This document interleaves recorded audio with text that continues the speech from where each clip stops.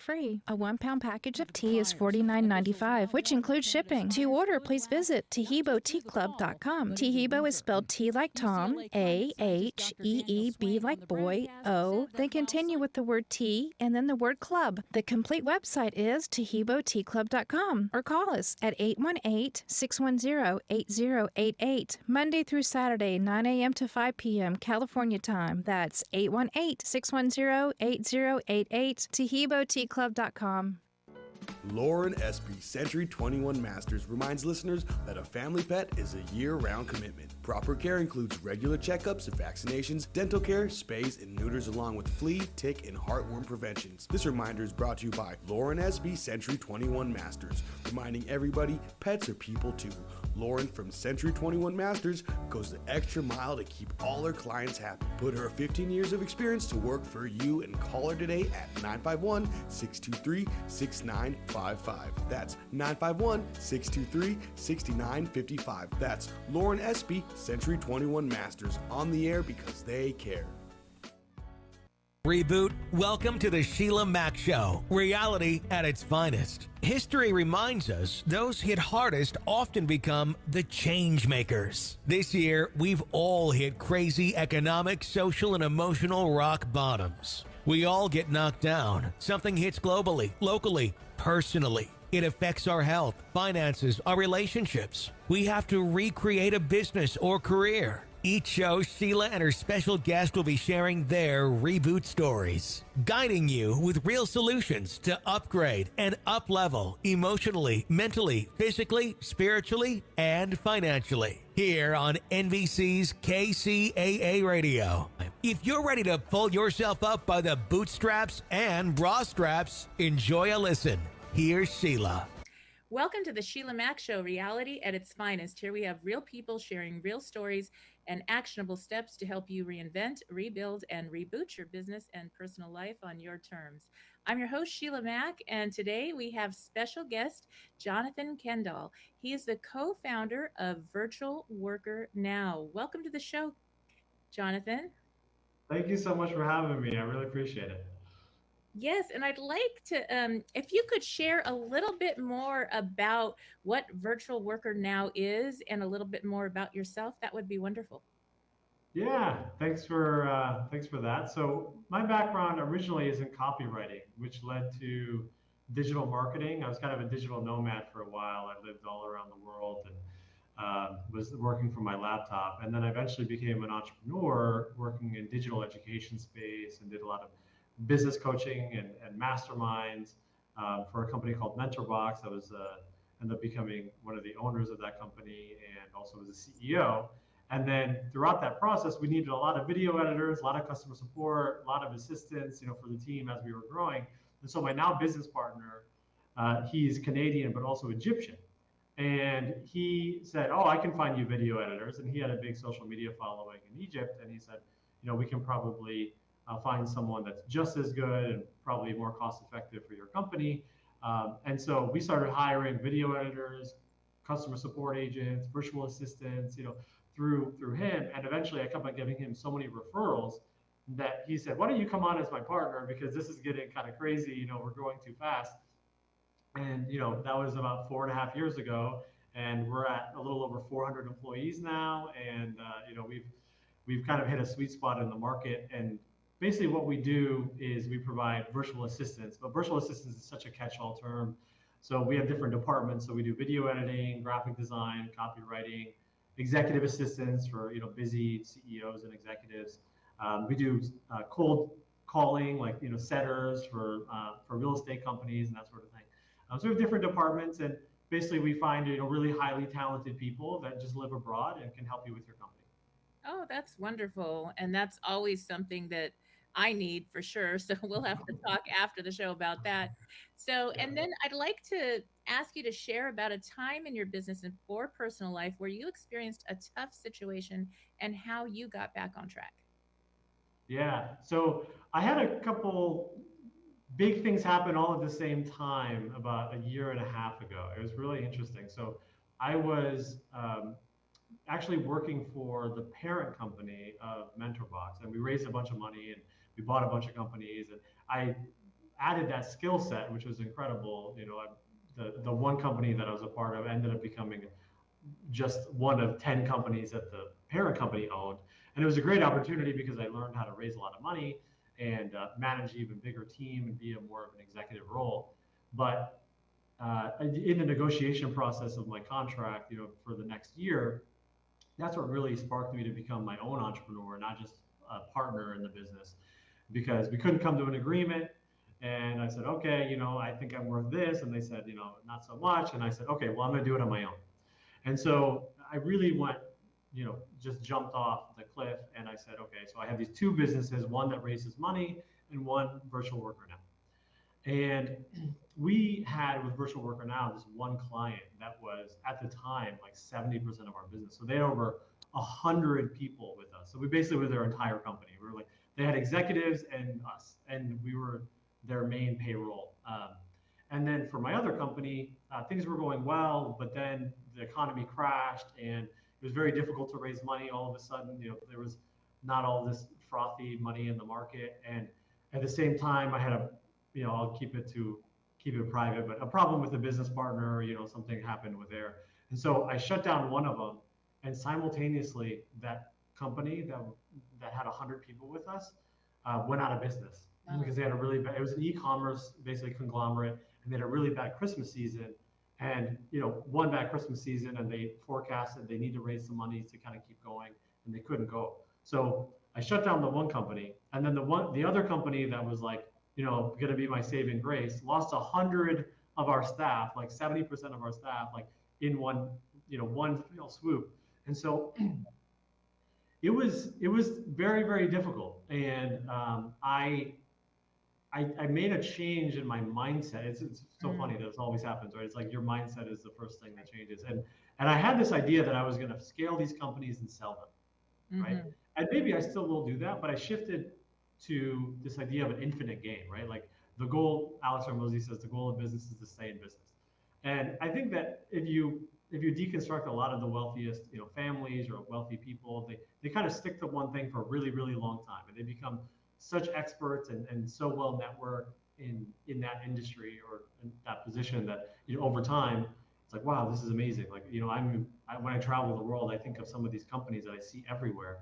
I think, wow, like I can't believe they're everywhere. And then you look back and it's like founded in 1875. You're like, okay, well, they had quite a long time to get there, and this company is like 4 years old. It's like, hey, we're going to be fine.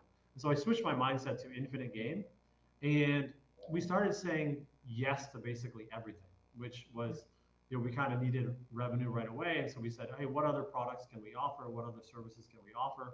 And in hindsight, we've actually kind of pulled back. And I don't think that strategically is the best decision for companies, just to like add products and add services. But the Pareto principle is strong, the 80-20 rule. And so we had the clients that we had, they were willing to expand with us if we could offer different things. And we said, hey, we'll just expand with them. And I'm really proud of this. We were able to keep 70 of the 100 people because we didn't have to fire them. We found them other clients within the first couple months.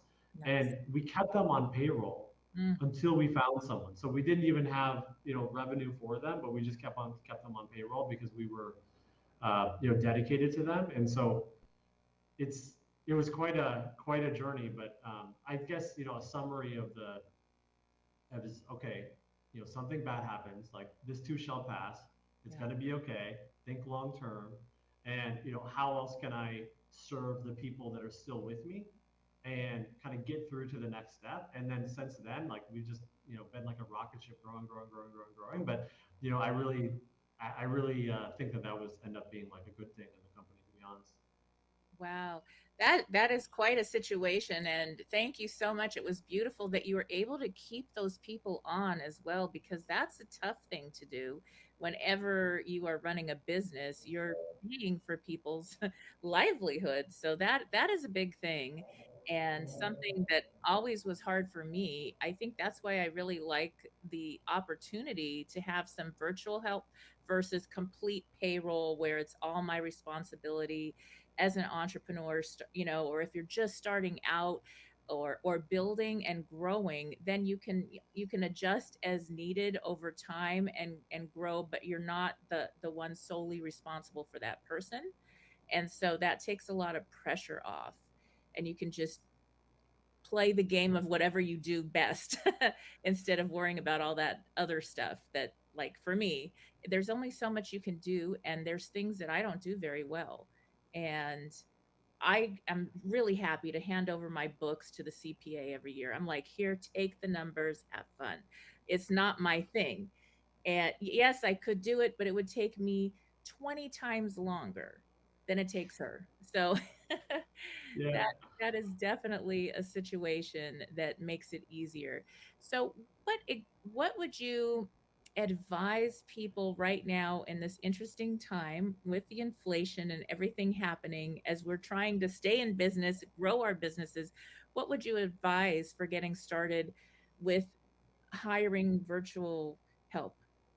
Yeah, I think it depends on whether or not your problem is an operational problem where maybe your customers are not very happy because you're not able to keep up with your promises. And so being able to distinguish between like, hey, I'm a little overwhelmed, like marketing's going well, sales is going good, but I'm kind of all over the place, then Mhm. more of a traditional operations VA, I think will change your life. If your problem is I need more revenue now, then we call them BDRs, like business development relationship specialists. And so they're going to cold call, they're going to be on LinkedIn, they're going to be doing DMing on Facebook and Instagram, and their KPI is more sales. Mm. And especially if you're, coach or high ticket product or B2B, having someone that they're every single day they're giving you a report. This is how many people I reached out to. This is how many conversations I had. This is how many people are interested. This is how many people are scheduled on your calendar. Whether you're in financial services or real estate, or it doesn't really matter what industry you're in. If you have someone that no matter what behind the scenes is doing that work, that like it doesn't mean you should be doing it, but someone should be doing it at your company. It should be doing, especially if you're not doing paid marketing on Meta or YouTube or Google Ads, like where are those leads coming from? And I think that a setter VA is a really powerful thing, and we're seeing a lot of traction with a lot of our clients where they think, oh man, what am I going to do? And they come in thinking that they need someone to help them with their calendar, and we say, no, no, no, you need leads. Like Yeah. let's get you some leads. Let's get you some sales, and then once we win that relationship, now they have more revenue, then they might want to do organic social media, or then they might want to add some more customer support, or then they might want to do some more fancy video editing for their podcast. Or it depends on where they're at. We try to be consultative, honestly. Like me and my business partners still take every call for all of our partners, and we've seen so many things in so many different industries that we're we're we're not going to say like honestly we don't even trust the client to know exactly what they need.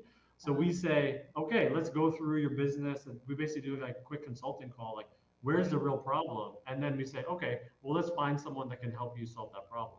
And Mm. now we're a very cost effective strategy, so we're not like some high ticket consultant that you're going to pay us a lot of money, but on that one call we can at least tell you who you think you should approach. So unfortunately, the right answer is it depends on their company. But I think, especially right now, if you can get someone that is driving, that's closer to the money, Mm. um, then that can be really beneficial. And we have a lot of people that do that for a lot of our clients.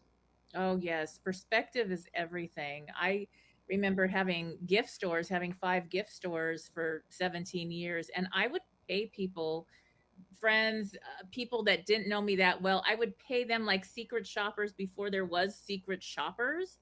Yeah. Like, what do you see? What am I missing? Because I'm looking at my business like so close to me, I can't see what other people are seeing anymore. And so that is an incredible advantage to just have that call and figure out what you're missing. And that one little adjustment can make can save you and make you so much more money, save you time. It's incredible. And it just factors into every area of our life when we're able to have a different perspective. So I think that's very helpful.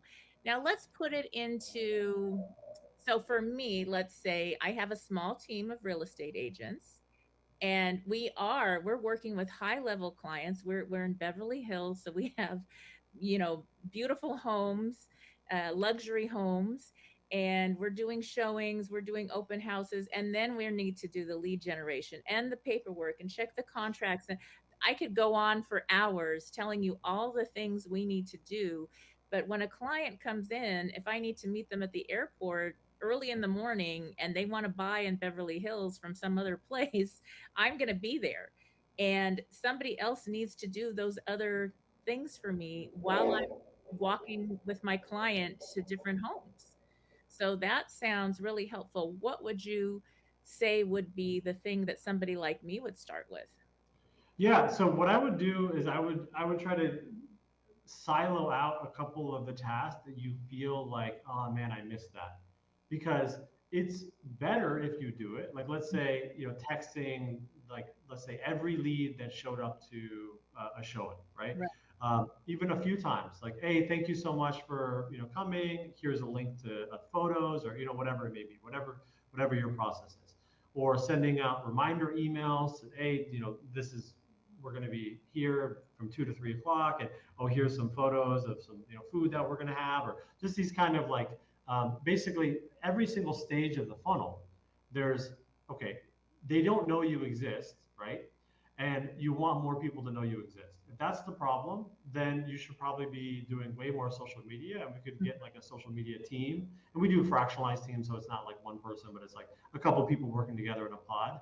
Mm-hmm. If your problem is I have people that know me, but then they're just not showing up or they're not responding, then you need someone that's kind of like a lead gen CRM manager, right? Mm-hmm. And what their job is to actually get them to show up to that meeting, to take them further down the funnel. And what I recommend is honestly giving them even a very small commission. Like it's wild. Like someone you can sell $1 million house and give them like a $100 commission, and it's like amazing. Right. Because if you have them in the right country, it's like, wow, oh my God, this is so exciting to them.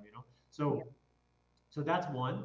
And then if you find yourself even like, wait, like I'm difficult, I don't understand like how to prioritize, or what am I doing today, or what's my calendar, or wait, I forgot to do this thing in your personal life. We call that an executive assistant. And so Mm, that's usually for the CEO or the head of sales, or whoever the head person is. And that's kind of a catch-all. And that person, honestly, think about it like a personal assistant for like a celebrity, yeah. where it's a little bit of everything. It's like I want lunch, and oh, make this reservation, and I forgot to send this card to my mom on Mother's Day, and then also your calendar, and also follow up with this client, and also make sure that they have the black card that picks them up for the airport. It's kind of a combination of personal and business, Mhm. but that we call an executive assistant. Now, Beverly Hills might be honestly a little bit different than like someone in the Midwest that's doing like motivated selling flipping, right? Right. In that case, like if you're in that type of real estate, then you probably want a cold caller where you're Mhm. getting a list of people that are late on their payments, and you call all of them and say, hey, are you thinking about buying your house? And that would be someone that's more of like a salesperson. So it unfortunately, again, the answer is like it depends on which one of those three felt like it was the real pain point. Like, is it, oh man, I Mhm. just need more leads to know who I exist? Then it's probably Mhm. social media. If it's, I have a lot of people that know me, but they're just not showing up, then it's like a lead gen CRM VA. And if it's, I just need someone that I can throw anything that I need at in my personal life and in business, then it's an executive assistant. That's the way I would approach it. Okay. That makes a lot of sense. Very Yeah. helpful. Yes. Now, going back to your experience with MentorBox, which I was a member and I listened all the time and loved the books and just all the information. It was a great gift. I loved that program. So, how did those all that study that you did sharing about those different books, how did that help you through that tough time? Oh man, I think that my one of my favorite books that I'm confident changed my life forever was The Obstacle is the Way by Ryan Holiday. And I was I still, have that picture of him like pinned, with me and him. I met him in person, and I did an interview with him. And so it was kind of surreal when I met him through MentorBox. But this idea of like control what you can control, Yeah. and don't think that the world is against you. And in fact, and Ed Milet says this, like, I don't know where he got it, but I know that he said this, is this happened for me, not to me. And these small mindset shifts, which are just brainwashing. The more you read about this, the more you read about self-development or success or philosophy or stoicism. There's patterns, and you read enough of them. I've read over 500 of these types of books, and you'll notice the patterns, and they all kind of say maybe the same 20 things in different ways over and over again. And one of those core principles is control what you can control. Even Jocko Willink, like a super military version in Extreme Ownership, he talks about that, like where he says, survey the field, like get the data, basically what's happening, and calm yourself down and make a call, like make a decision, and like be proactive. What's the thing that's 7 Habits of Highly Effective People? Be proactive, right? There's patterns everywhere, and the idea is this. My mom said this all the time as well. Like this too shall pass. Like this is a little bit. This is from the Bible, but whether or not you're Christian or not, it doesn't really matter. The point is like, will you remember this in 10 years? Tim Ferriss asked that. Like, are you going to remember this in 10 years? Are you going to remember this in 20 years? Like, probably not. Like, well, maybe I would remember this point, but even if you don't, like, there's no sense in freaking out about it. Like, you fight, flight, or freeze. Like, in my opinion, fight is the best option. In business, like you're like just survey the field and make a decision. And it's very meta. It's like that's what those kind of books do, is it like calms your brain in those situations.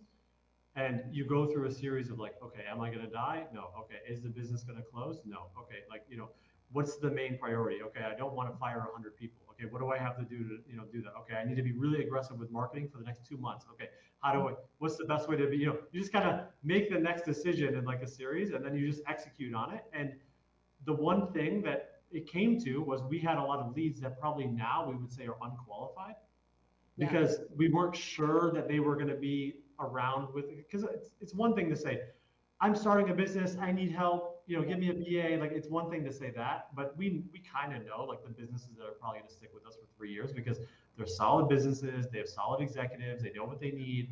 When I ask them like, hey, what's the thing that you need help with the most, they probably can have some answer to that, and then we can actually help them.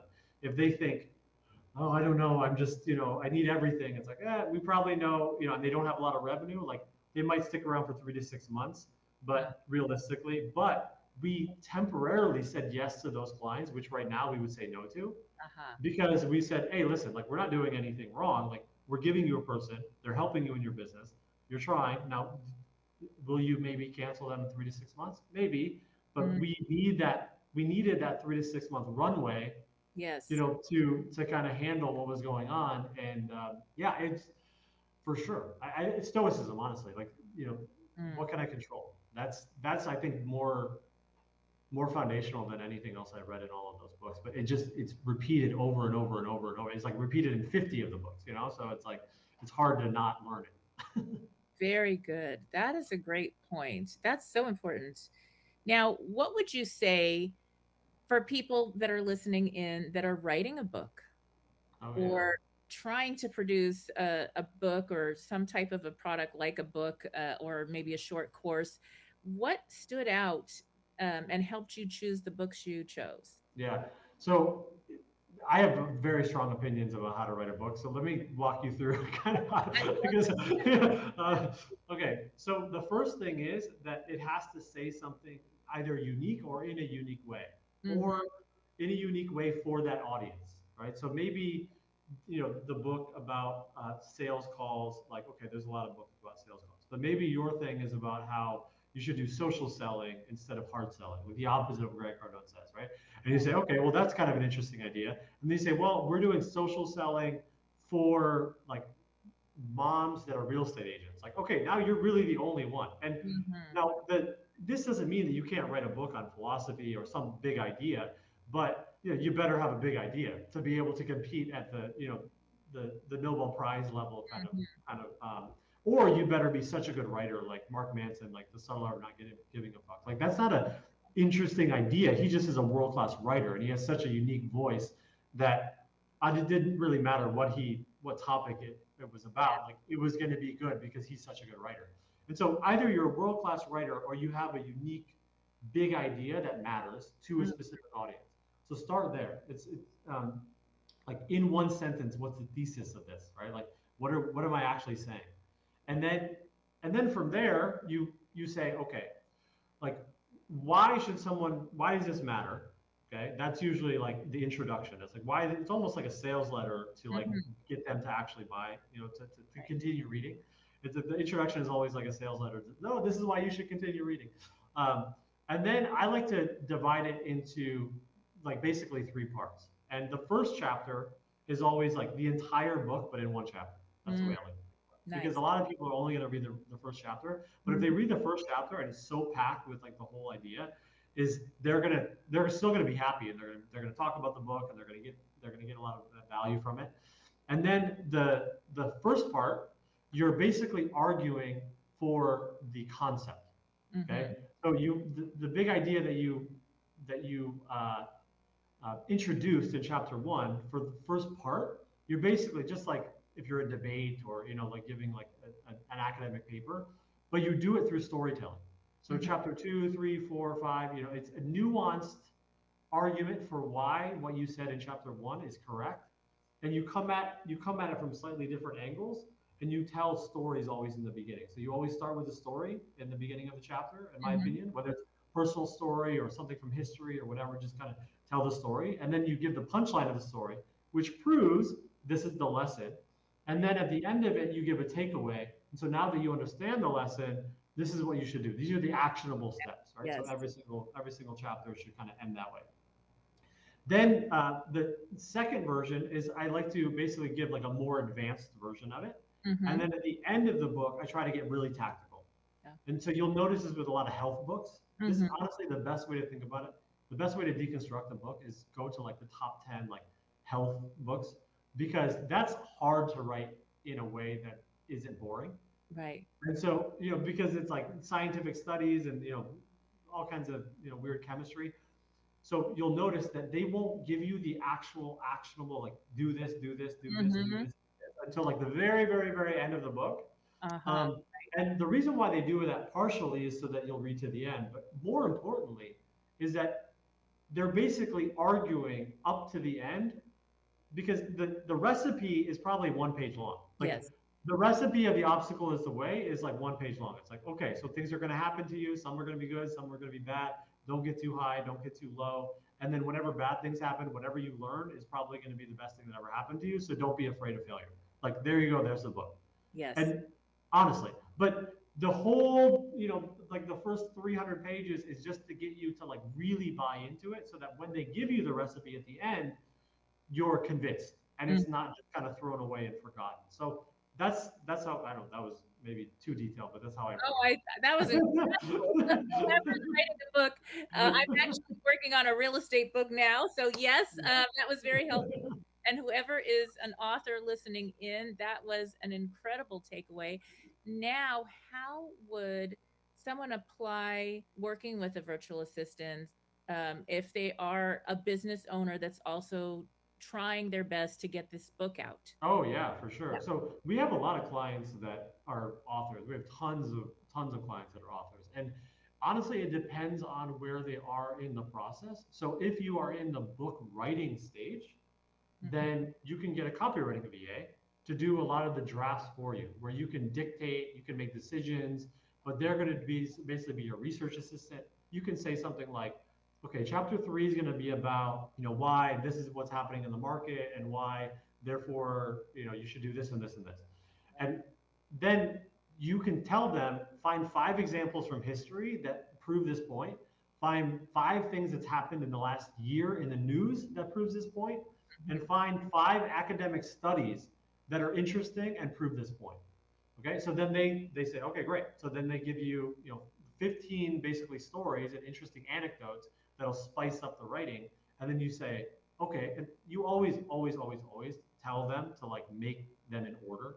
Mm-hmm. This is one thing. Like you don't let them just be like, here's a bunch of stuff on the Right. wall. Like make them make a decision. Like if you were in charge, what would be the story? Well, that's Mm-hmm. number one would be this one. Number two would be this one. Number three, I think you might disagree with them and you say, actually, I like number four because of this reason. But nonetheless, you have to encourage them to make decisions. In fact, demand them to make decisions so that you're not have to read everything.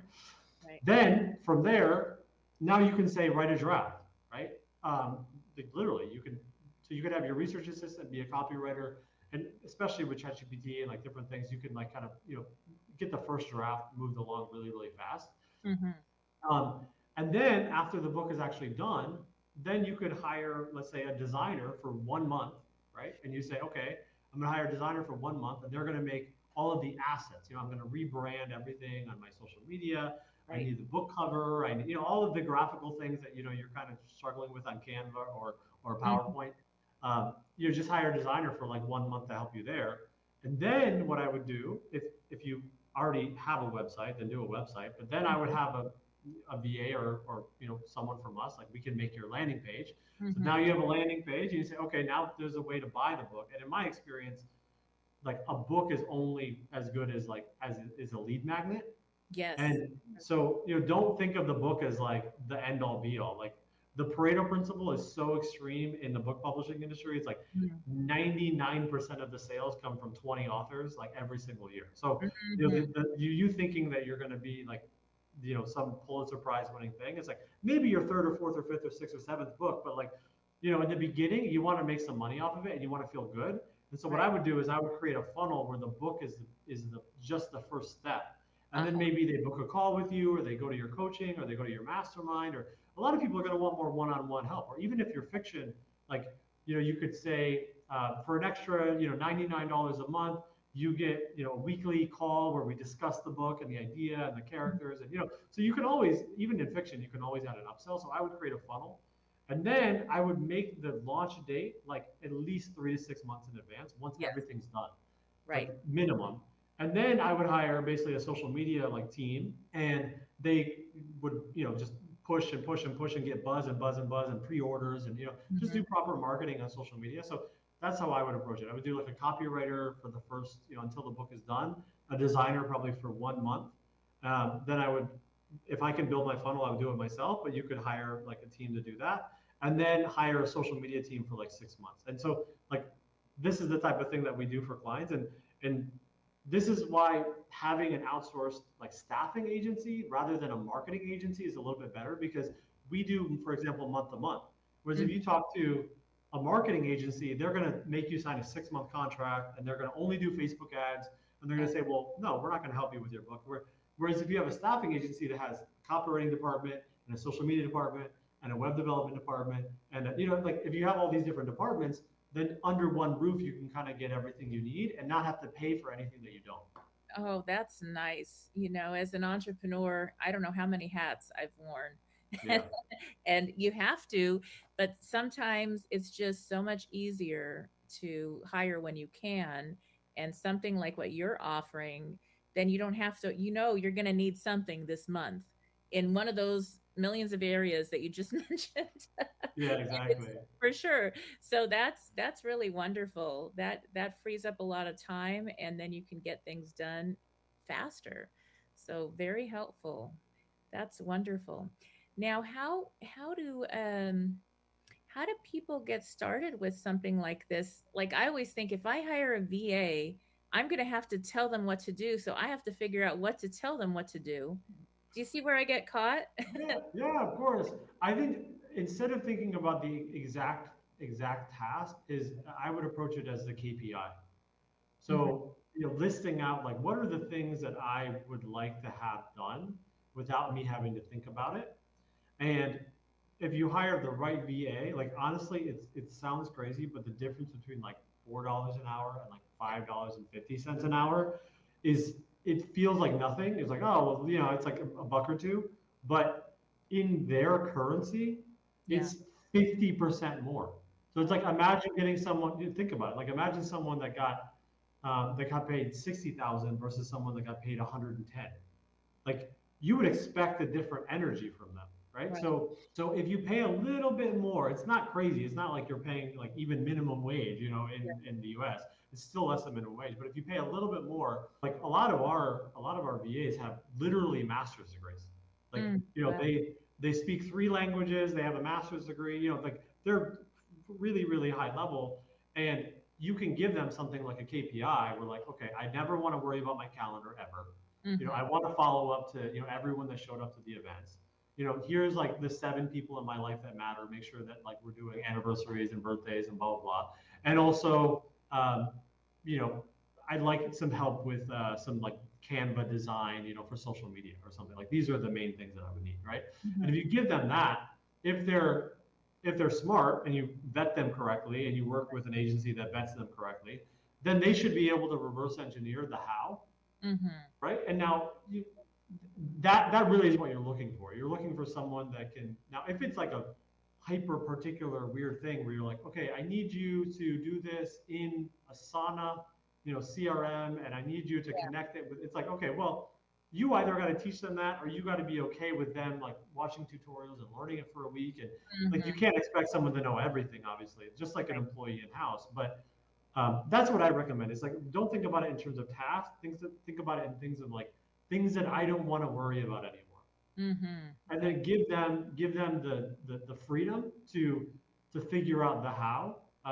And if you hire someone from Upwork or like, just some random agency in the Philippines or something, I've done this, by the way. Like I've spent hundreds of thousands of dollars in Upwork, like personally. So, this is part of the reasons why I built this company, is like to solve my own problem. And one of the things that you find is that it's very transactional. Whereas if you have a VA that's full time, that you're committing to them, for full time, then you're building that culture, and they're vested in your success. And they want you to win, and they become a part of what you're doing, and they get excited about things, and they say, okay, let me try this, and let me try that, and let me try this, And so as things evolve, honestly, anyone that has a resume that doesn't include doing something with AI, like nowadays, like everything can be using AI, but no one has a resume with AI because it's all 6 months old. So back to first principles, like you really just need someone that's smart and ambitious, that likes learning, that's bought into your culture, because whatever they did 2 years ago is probably irrelevant nowadays anyways, So it's like, so you just want, like Naval Ravikant says this, he says, you should hire for integrity, number one, energy, which is basically like ambition, and he calls it intelligence, but just like someone that can learn quickly, so that they can stay on the cutting edge. So if you hire the right person, it's you don't have to worry about that. They'll keep busy. And then also, like for example, with us, this is another thing. We keep hourly score. So there's no hiding. There's no like, oh well, Sheila didn't tell me to do anything. It's like no, you are working every. So we always, whenever we onboard clients, we always like have backup of backup of backup. It's like, okay, if they don't have that, what should they do? It's like, if they don't have that, what should they do? If they don't have that, and we set that up on onboarding call. Like our managers will set that up on onboarding call, because we've seen this before. We know visionary entrepreneurs that are, got a million things going on, and they just literally don't reply for like 3 days. And it's like, okay, well, this is what I did for 3 days while you were gone, because you don't want someone, whereas someone on Upwork is like, oh, I didn't do anything because you didn't tell me to do, because they're not bought into the success of your company. Right. Yeah, because you don't want to have to tell them so much that you're working telling them what to do. Exactly. Which, that's the wrong employee or the wrong VA. And that can happen. So that's important. So a company like yours is really going to make that impossible. So you don't have to worry about that situation. Yeah. That's great. That's wonderful. So now, where can people sign up if they're interested in learning more about what you're offering? Yeah, I really like how you put your number, and I'm like, man, the next time I do it, I'm going to put my website on there. Yeah, so it's just virtualworkernow.com. It's very on the nose. So that's like literally what we do. We provide virtual workers in all sorts of different fields, and we have a full-time recruit. Like we get about 200 applications a day. So we're vetting. We have a full HR department, full recruiting process. So you usually talk to me or one of my business partners. We're still heavily involved with our partnerships because the lifetime value of those relationships are so high. And because of that consultative aspect of the first call, like we want to make sure that we're providing we don't like say, oh, you should get this and this and this and this and sign up, for a year-long contract in advance. Like we do the opposite of that. We're like, start with one person, Nice. and it's a month to month. Like we just want to build this long relationship and build positive relationships and testimonials and case studies and referrals. And that's our whole model. We don't do any paid marketing. So we've grown to where we are because people refer their friends, and we're really proud of that. Anyways, virtualworkernow.com. You can schedule a call. It'll be probably with me or one of my business partners. And yeah, we can just chat about what you're up to, and if it's a good fit, what we do is we'll do a quick job description of what we think would be good, and then we look at our database of all of the people that are already vetted through our system and have already had interviews, and we say, hey, we think that these 2 or 3 people would be great, and it's full time, so we're going to send you their resumes. We're going to send you we usually send you a voice note. Basically, they introduce themselves to you. They say like, hi, I'm Jonathan. Sheila, would love to work with you. Would love to have a call. And so you can kind of just hear them introducing themselves. And then if you want to interview any of them, we'll set up an interview. Just like we basically do all the recruiting for free. You don't have to pay anything. And then if you decide I don't like anyone, then we'll find more people. And if you still don't like people, it's fine. No big deal. We tried. And if you like someone, then then we start. But basically, think of us as like your HR team that you don't have to pay. Nice. Very good. Well, thank you, Jonathan.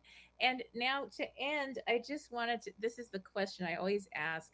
If you could go back in time, what advice would you give your younger self? Oh man, how young, huh? I would say start reading nonfiction sooner. Mm, So I have this idea, and that's kind of you know uh, vague, but I've always wanted to be a writer and a novelist in particular, and I've read all of the great American authors, and I was really into fiction, and I thought that, well, if you want to be a great writer, you have to read more fiction. And I would read some nonfiction, but it was about how to write. mm-hmm. So it was about storytelling and writing and character development. And so all the nonfiction, it was like I was obsessed with like becoming a good fiction writer. And Mm-hmm. what I didn't realize was that every single profession, every single business, there's patterns for your mental health and your physical health and your strategy and decision making and marketing and sales and branding and and mindset, and all of these things also apply to writers. And I think that when I really kind of blossomed was when I started reading nonfiction. And I dabbled a little in Tony Robbins and Think and Grow Rich and things like that, but like to really go hardcore into nonfiction sooner, I think would have given me a crazy competitive advantage. Like if you're in your early 20s and you're reading like a book a week in like nonfiction, like you're going to be such a killer compared to your peers. Like it's compared to anyone, but early 20s nonfiction every week, like you would just destroy the world. And I mean that in a good way. Like Right. you would be so much better. So I think that would have sped up my process. Very good. All right. So everybody get your books and Yeah. schedule a call for your VA so you have time to read. Yeah, nice. Thanks for that. Yes. Well, thank you again, Jonathan. It was great to have you as a guest on the show. And for those tuning in, we'll be back after these. And here is a question from one of our listeners about parenting and elder care. I have been a caregiver of my father for close to 10 years. He is a disabled veteran. I am a single woman of 3 adult children, and I am the only one who is able to care for him. I am so incredibly honored to get to care for my father. In the daily activities, I get exhausted with the tasks of managing treatment schedules.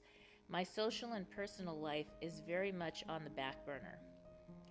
My father shares his guilty feelings with me and says he is a burden. I assure my dad he's not. I want some help with his caregiving and feel that I am being inadequate with his efforts for feeling this way. Would you be able to offer me some navigation with looking for options to help me secure some resources to assist me with my dad?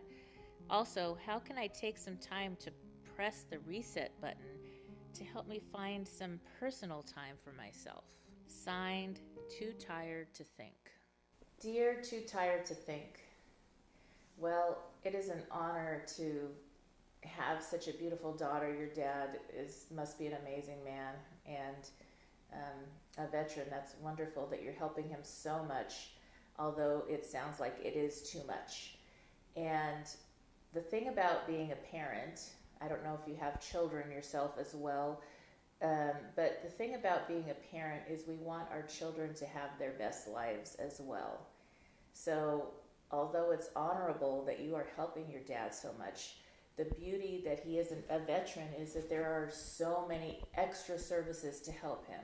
So, between those services and the services that are around to help people that need care, there are so many options for you to get free and low cost services to help you care for your dad at this time so that you can be his daughter and be present with him to have magic moments and time together to enjoy. In my book and on my website, I have a list of resources for veterans and also for people that need elder care and assisted living and different types of home health options and referral agencies that you can connect with that will help you get your dad all taken care of and helped so that you can just enjoy that time together. And also, there's another chapter in there that's how to have self-care and personal time. So you recharge, and when your dad spends time with you and you can talk about your memories and build some more magic moments together, that's going to be a great gift to him. And I hope this really helps. I'm so thankful that you wrote in about this because I'm sure there's a lot of other people out there in the same situation that don't know about all the different services that are available for their parents who do need care. And I had to take care of both sets of grandparents, both sets of parents, all at once. I was very young and I had no clue, and that's why I felt it was very important to have a whole list of different referral services that can help get you connected and get help for your family members. KCAA Radio, the station that leaves no listener behind. I'm your host, Sheila Mack, and this portion of the show is all about real estate strategies for your dream lifestyle. So in this portion, I'm going to help you to discover the benefits of buying either a vacation home or a second main home. I'm your host, Sheila Mack, and I am a licensed real estate agent with Keller Williams Beverly Hills. Today, we'll explore the incredible opportunities and advantages of owning a second property, especially if you're in California. We'll also share inspiring success stories from happy families who have turned their dreams into reality. So sit back, relax, and let's dive into the world of vacation homes and or second homes. Now, picture this. You're living in the bustling city of beautiful Beverly Hills, California, enjoying the excitement and luxury that it offers. But you also yearn for a peaceful retreat, a place where you can escape from the fast-paced city life. That's exactly what Paul and Kathy felt like. My clients, yes, they made the decision to sell their home in Beverly Hills and move to the beautiful suburb of Summerlin, Nevada. Let's hear about their story. So Paul and Kathy were seeking a change, a shift towards a more relaxed and serene lifestyle. They wanted to be closer to nature and enjoy the benefits of a golf resort community. By selling their Beverly Hills property, they were actually able to unlock a world of opportunities. The first thing I helped them do is, of course, sell their home, and they negotiated to purchase a beautiful rental property also in the Los Angeles Beverly Hills area. So they kept one of the 4 units they purchased as their vacant home, and that is where they stay, and also where their family and friends can come and visit and stay. This allowed them to maintain a connection to their roots while embarking on a new adventure. But that's not all. You see, the pricing of homes is really affordable over in these beautiful communities, Lake Las Vegas, Summerlin, Las Vegas, Nevada is incredible. It is just one flight away. We have a beautiful private, semi-private JSX Air, who I love and know they're not paying for that plug, but I love them. It's almost like a chartered flight, and it's very affordable. You can be back in California at your job or visiting with family and friends. It's a 30-minute or so flight, and literally you just have to show up 20 minutes in advance. So it's pretty easy to do, and it's faster than a commute to the valley or to the beach. Now, one of the fantastic benefits for Paul and Kathy of living in Nevada is that as long as you reside in Nevada for 6 months and 2 days, you can be considered a resident. This residency status allowed them to save thousands of dollars in state tax payments while fueling their dream vacation lifestyle. Paul and Kathy's story is one example of how owning a vacation home or a second home or a home that becomes your main residence can enhance your life in numerous ways. It's about finding a home that serves you and complements your desired lifestyle rather than the other way around. When you have a place to retreat to, a place where you can relax and recharge, it brings a whole new level of fulfillment. That's right. So Kathy and Paul are able to just hop on one of the JSX flights, go back and forth, and they stay in their beautiful one of their units. They got 4 units, condos that were really nice, and rented the others out. And so they're just doing really well. They increased their cash flow.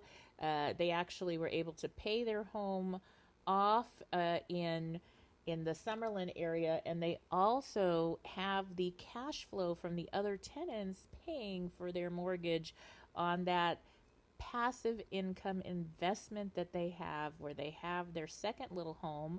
And so they are doing real well. Basically, the tenants are paying off their mortgage. They're paying that down quickly, because then all that income will become just passive rental income, while providing them with the option of living in both areas throughout the year and enjoying the seasons and the fun that Las Vegas has, as well as the beauty of Beverly Hills in California. Now, they are just one example of how owning this vacation home, second home, can enhance your life in numerous ways. It's about finding a home that serves you and complements your desired lifestyle rather than the other way around. Okay, so when you have a place to retreat, a place where you can relax and recharge, it brings a whole new level of fulfillment. So, one of the questions I always ask my clients is this simple question. Think about this. Is your house serving you, or are you at the point where you're serving your house? And how can we flip that around? So I am a lifestyle coach, consultant, and also a licensed real estate agent. I also teach courses online directly to real estate agents regarding 1031 exchanges, commercial investing, and actually help other agents to create a lifestyle that they desire with real estate property investments. So there's many different ways to work with me. I actually have an incredible team, and so I do lots of referral work, and I also handhold you through the process to make sure that you are getting your needs met. So if you'd like to contact me, I'd love to set up a strategy session with you. So you might be wondering how you can get started on your own journey towards owning a vacation home or a second home. Now, just to give you an example, home prices are in the mid to high 300,000s, of course, on up to $1 million plus, depending on what you like. And some of those prices, even on the lower range, are in beautiful gated resort style communities with all the amenities. So it's a pretty nice way to make a change and enjoy both worlds. Now, as a licensed real estate agent with Keller Williams Beverly Hills, I do specialize in real estate strategies that help you live the life you've always wanted. Whether you're looking for a serene beachfront property, a cozy cabin in the mountains, or a luxurious golf resort home, I can guide you through the process and help you find the perfect fit for your dreams. If you're ready to take the next step, I encourage you to join our mastermind today. Our community of like minded individuals shares valuable insights, experiences, and resources to support you and your goals and your real estate journey. Building wealth, creating wealth for you that's generational wealth. You can also visit my website at sheilamac.com, SHEILAMAC.com, and fill out a contact form to learn how I can assist you in turning your dreams into reality. Or if you'd like to really get started, schedule a consult with me today. Thank you again for tuning into this section of the show on real estate strategies for your dream lifestyle. I hope you found it inspiration in Paul and Kathy's story and are excited about the possibilities that owning a vacation home or a second home or a new first main home can bring to your life and your pocketbook. Remember, it's all about finding a home that serves you and helps people you live with and helps you to design the life you've always wanted. Until next time, this is Sheila Mack signing off. And again, you can reach me also direct. Call the Keller Williams office at 310 432 6400 and ask for Sheila Mack. My team and I will coordinate a strategy session with you to get started on creating the life of your dreams. Messages, stay tuned. All right, thank you. Tune in again right here on KCAA, the station that leaves no listener behind. Have you lost your job? Have you lost KCAA Loma Linda.